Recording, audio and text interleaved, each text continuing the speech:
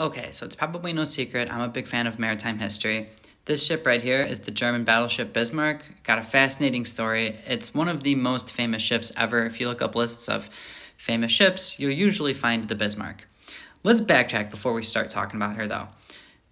After World War I, people didn't want ships getting to be super huge.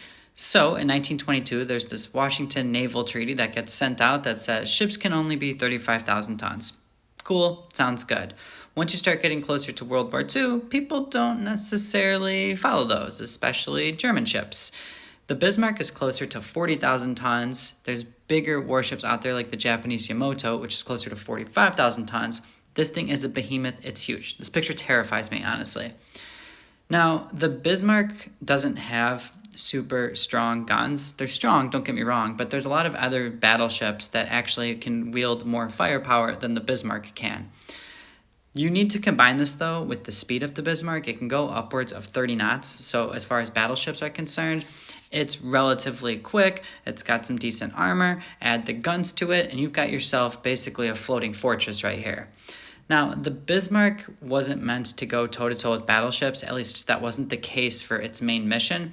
The whole point was utilizing its speed and, again, fairly powerful guns. The Bismarck was going to go after Allied commerce. You have to remember who Germany's fighting here. They're going after Great Britain, so the Bismarck is meant to go into the Atlantic Ocean, to sneak into the Atlantic Ocean, I should say, find as much ships, that are trading stuff and just knocking those out and wrecking Allied shipping as much as they can because England depended on all of those goods coming in. That's the whole point of the Bismarck. Germany had used this before with ships, the Gneisenau and the Scharnhorst, and these Allied shipping raids go very well. The Bismarck is more powerful than those two, so that was the thought. It's not going to be the case. You're going to end up with the Bismarck being caught right as it's leaving port. There's a really famous image from just over the head of plane takes of it as it's sneaking into the Atlantic Ocean.